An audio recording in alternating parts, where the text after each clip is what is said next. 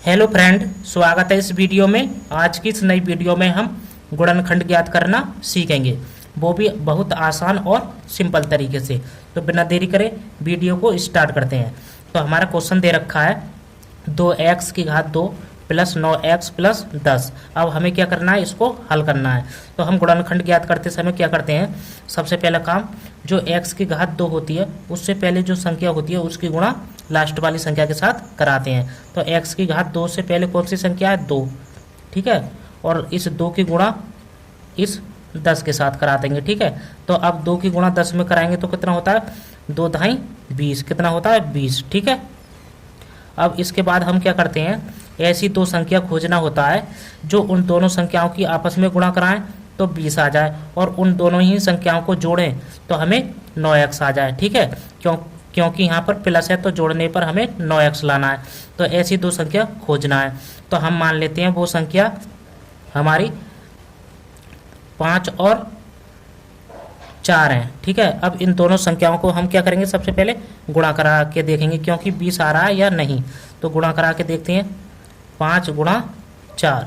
तो अब 5 की गुणा 4 में कराएंगे तो कितना होता है, 5 चौक 20, कितना हो रहा है 20। जो हमें गुणा करके कितना लाना था, 20, जो हमारा आ गया। अब इन दोनों संख्याओं को जोड़कर देख लेते हैं कि हमारा 9 आ रहा है या नहीं, ठीक है। अब 5 प्लस 4, अब 5 में 4 जोड़ेंगे तो कितना होता है 9, जो हमें जोड़ के कितना लाना था 9, जो हमारा आ गया। तो वो संख्या कौन कौन सी हो जाएंगी हमारी, 5 और 4, ठीक है। अब इसके बाद क्या करना है, यहाँ पर x है तो हमें क्या करना है, इन तीनों के साथ x लगाना है। तो ये हो जाएगा 5x प्लस 4x बराबर 9x, कितना हो जाएगा 9x, ठीक है।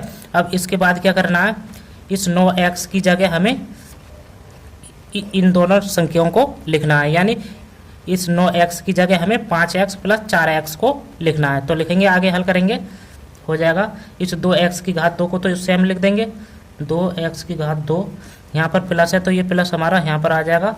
और इस 9x की जगह क्या लिखेंगे हम, 5x प्लस 4x, ठीक है।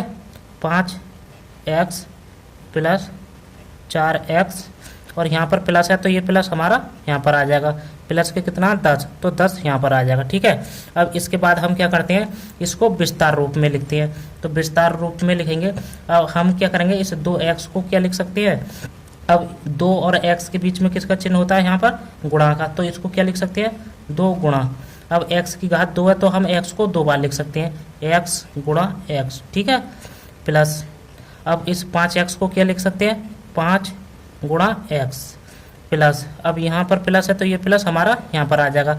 4x को क्या लिख सकते हैं, 4 को हम लिख सकते हैं 2 गुणा 2, क्योंकि 2 की गुणा 2 में कराएंगे तो कितना आ जाएगा, 4 आ जाएगा, यही, ठीक है, गुणा x प्लस। अब 10 को हम क्या लिख सकते हैं, 2 गुणा 5, क्या लिख सकते हैं, 2 गुणा 5। अब ये हमारे कितने पद बन गए, 4, पहला पद, दूसरा, तीसरा पद और ये चौथा पद। अब हमें क्या करना है, इन दो पदों में अलग एक कॉमन लेना है और इन दो पदों में अलग एक कॉमन लेना है। कॉमन वह संख्या होती है जो दोनों में उपस्थित हो। तो हम पहले पद में देखेंगे, अब पहले पद में 2 है और दूसरे पद में 2 नहीं है, तो हम 2 को कॉमन नहीं ले सकते, ठीक है। अब पहले पद में x है और दूसरे पद में भी x हैगा, तो हमारा कॉमन x निकल जाएगा, तो x को कॉमन ले लेंगे। अब इसके बाद पहले पद में दूसरा x है लेकिन दूसरे पद में दूसरा x नहीं है, तो ये x कॉमन नहीं आएगा। अब कॉमन लेने के बाद हम क्या करते हैं, ब्रैकेट लगाते हैं, तो ब्रैकेट लगाएंगे।